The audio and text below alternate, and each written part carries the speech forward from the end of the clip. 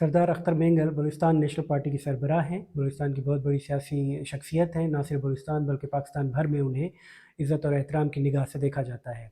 उनकी जमात गुज़श्ता इंतखाबात के नतीजे में एक बड़ी पार्लिमानी क़ुव्वत के तौर पर सामने आई। बिलख़ुसूस सूबे में कॉम्प्रेस जमातों में उन्होंने सबसे ज़्यादा वोट हासिल करने वाली और सबसे ज़्यादा पार्लिमानी क़ुव्वत हासिल करने वाली जमात बनकर सामने आई।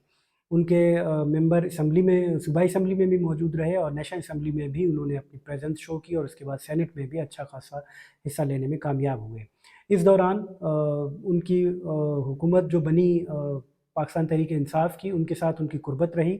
सरदार अख्तर मेंगल गुज़श्ता इंतखाबात में 6 नुकाती एजेंडा लेकर सामने आए थे, जिनमें सर-ए-फ़हरिस्त लापता अफ़राद का मामला था और इसी पर ही उन्हें बहुत बड़ा वोट भी पड़ा। इसी पर उन्हें बड़ी सपोर्ट भी मिली, जो कि बलूचिस्तान का एक सुलगता हुआ इशू है। सरदार अख्तर मेंगल जब हुकूमत बन रही थी पाकिस्तान तहरीक-ए-इंसाफ की, तो उन्होंने अपने उन्हीं 6 नुकाती एजेंडे को उनके सामने रखा और ये कहा कि वो हुकूमत का बाकायदा हिस्सा तो नहीं बनेंगे, लेकिन वो उसे इस शर्त पर सपोर्ट करेंगे कि उनके इन 6 नुकात पर अगर अमल दरामद हो, जिनमें कि जैसा कि अर्ज़ किया कि सर-ए-फ़हरिस्त लापता अफ़राद का मामला था। अगले 3 बरसों तक, साढ़े 3 बरसों तक, जब तक कि पीटीआई की हुकूमत रही, जिनसे कि अख्तर मेंगल और उनकी जमात की कोई नज़रियाती कुर्बत नहीं बनती थी बज़ाहिर पीटीआई जैसी पार्टी की और बलूचिस्तान नेशनल पार्टी की, जो एक मुख्तलिफ विज़न रखती हैं सियासी हवाले से, लेकिन उन्होंने उनके साथ अपनी कुर्बत अख्तियार किए रखी साढ़े 3 साल तक, जब तक कि उनकी हुकूमत रही। उसके बाद पीडीएम बनी, तो सरदार अख्तर मेंगल ने अपना वज़न पीडीएम के पलड़े में डाला। आगे चलकर इसी पीडीएम की हुकूमत बनी और फिर 16 माह तक वो इस पीडीएम हुकूमत का हिस्सा रहे। पीटीआई को उन्होंने सिर्फ सपोर्ट फ़राहम की थी, लेकिन पीडीएम में बाकायदा उन्होंने हुकूमत में हिस्सेदारी भी की। जो कौमी असम्बली में उनके अरकान मौजूद थे, वो बाकायदा वज़ारतों में रहे मुल्की सतह पर। और इसी तरह सूबे में जब चेंज आया पार्लियामेंट के अंदर, जाम कमाल साहब की हुकूमत को गिराकर बलूचिस्तान अवामी पार्टी के ही कुद्दूस बिज़ंजो को लाया गया, तो उनको लाने में भी उनकी जमात ने ख़ासी सपोर्ट फ़राहम की। उनके अरकान असम्बली इसमें पेश रहे, जो कि कहा जाता है कि पसे पुश्त थे उसके, खुलकर उन्होंने सपोर्ट नहीं की। जैसे कि अख्तर जान ने एक जगह कहा था कि जाम कमाल के गुनाह में हम शामिल हैं, लेकिन कुद्दूस बिज़ंजो के सवाब में हम शामिल नहीं हैं। लेकिन ये तनकीद बहरहाल उन पर रही कि उनके अरकान ना सिर्फ इसमें शामिल थे, बल्कि वो कुद्दूस बिज़ंजो के करीबी साथियों में और बेनिफिशरीज़ में से शामिल समझे जाते थे।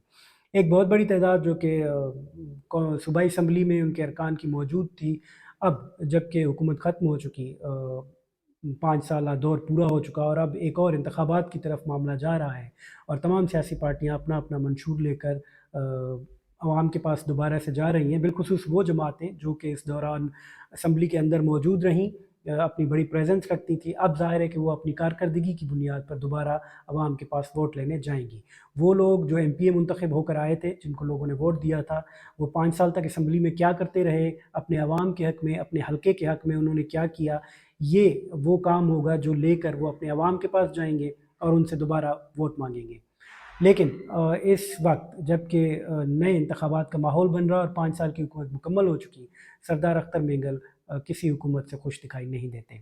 अपने गुज़श्ता इंटरव्यूज़ में और अपने ख़यालात में उन्होंने इमरान खान की हुकूमत से भी नाराज़गी का इज़हार किया।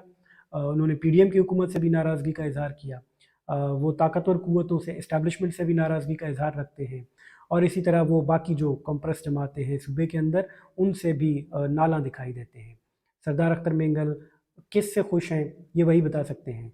सरदार अख्तर मेंगल इन जमातों से या इन हुकूमतों से क्यों मुतमईन नहीं, ये भी उन्हें बताना पड़ेगा अपने वोटर्स को कि आखिर 5 साल तक हुकूमतों का हिस्सा रहने के बावजूद वो इनसे मुतमईन क्यों नहीं, और जब मुतमईन नहीं थे तो साढ़े 3 साल तक वो पीटीआई जैसी प्रो एस्टेब्लिशमेंट हुकूमत के साथ क्या करते रहे। अगर वो खुश नहीं थे और मुतमईन नहीं थे, अगर उन्हें ये लगता था कि उनके मुतालबात उनके बकौल वो सिर्फ़ इसलिए हुकूमतों का हिस्सा बने कि वो बलूचिस्तान के मजमूई मफादात के लिए एक नुक्ता नज़र रखते थे, और वो नुक्ता नज़र जब मुकम्मल नहीं हुआ तो वो 16 माह तक उस हुकूमत का हिस्सा क्यों बने रहे। इस दौरान जो बेनिफिट्स बतौर जमात के उनके जमात ने हासिल किए, यकीनन हासिल किए होंगे और करने चाहिए। ज़ाहिर है आप इसीलिए कोalition में जाते हैं कि आपको अपनी जमात के लिए भी कुछ चाहिए होता है, आप अपने हलके के लिए भी कुछ कर रहे होते हैं, अपने अवाम के लिए भी कर रहे होते हैं और अपनी जो भी पॉलिटिकल पार्टी आपकी होती है, आप उसको भी स्ट्रेंथन कर रहे होते हैं। آپ کی جماعت نے جو بینیفٹس حاصل کیے، آپ کے ایم پی ایز اور ایم این ایز بالخصوص جو کہ وزارتوں میں رہے، اگر آپ ان ادوار سے مطمئن نہیں، اس حکومت کا حصہ ہوتے ہوئے اس حکومت سے مطمئن نہیں، تو کیا آپ کے اس دوران حاصل ہونے والے تمام مفادات واپس کرنے کو تیار ہوں گے؟ اصولی طور پر تو سوال یہ بنتا ہے کہ کیا اس دوران حاصل ہونے والی تمام تنخواہیں آپ واپس کر سکیں گے؟ آپ کے ایم پی ایز اور ایم این ایز یہ سمجھتے ہیں کہ حکومت کچھ نہیں کر سکی، تو کیا انہیں یہ نہیں چاہیے کہ اخلاقی طور پر اس دوران انہوں نے جو بھی فائدے حاصل کیے ہوں سرکار سے، سرکاری طور پر، وہ انہیں واپس کر دینے چاہیے، کیونکہ انہوں نے آپ کے بقول آپ کے مطالبات پر عمل درآمد نہیں کیا، آپ کی وہ توقعات جو عوامی سطح کی تھی وہ پوری نہیں ہو سکی۔ گو کہ اس وقت سردار اختر مینگل کو مشکلات کا شکار بنایا بھی گیا، بالخصوص ورڈ کا معاملہ ایک اختلافی صورتحال اختیار کر چکا ہے، وہاں پر گزشتہ ماہ میں جنگ کی جو صورتحال رہی اس میں ان کے لیے مزید اسکیل سکڑ رہا ہے، اور آنے والے انتخابات میں انہوں نے، تازہ خبر یہ ہے کہ 3 حلقوں سے ورڈ سمیت رکشان سے، کلات اور مستنگ سے اور کوئٹہ سے بھی الیکشن لڑنے کا اعلان کیا ہے۔ 3 نشستوں پر بیک وقت وہ قومی اسمبلی کے امیدوار ہوں گے۔ کیا یہ کسی خوف کا شاخسانہ ہے؟ کیا وہ مطمئن نہیں ہیں کہ وہ کسی ایک ہی نشست پر الیکشن لڑیں تو وہ کامیاب ہو جائیں گے؟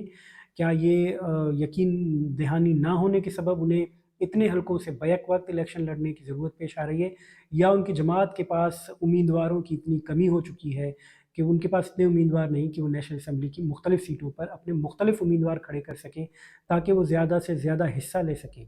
سردار اختر مینگل اس وقت کن قوتوں سے خوش ہیں، انہیں اپنے ووٹرز کو یہ بتانا پڑے گا۔ وہ کن قوتوں سے خوش نہیں ہیں اور کیوں خوش نہیں ہیں، اس خوشی ناخوشی کے اسباب کیا ہیں، بالآخر انہیں اپنے ووٹرز کو مطمئن تو کرنا ہی پڑے گا۔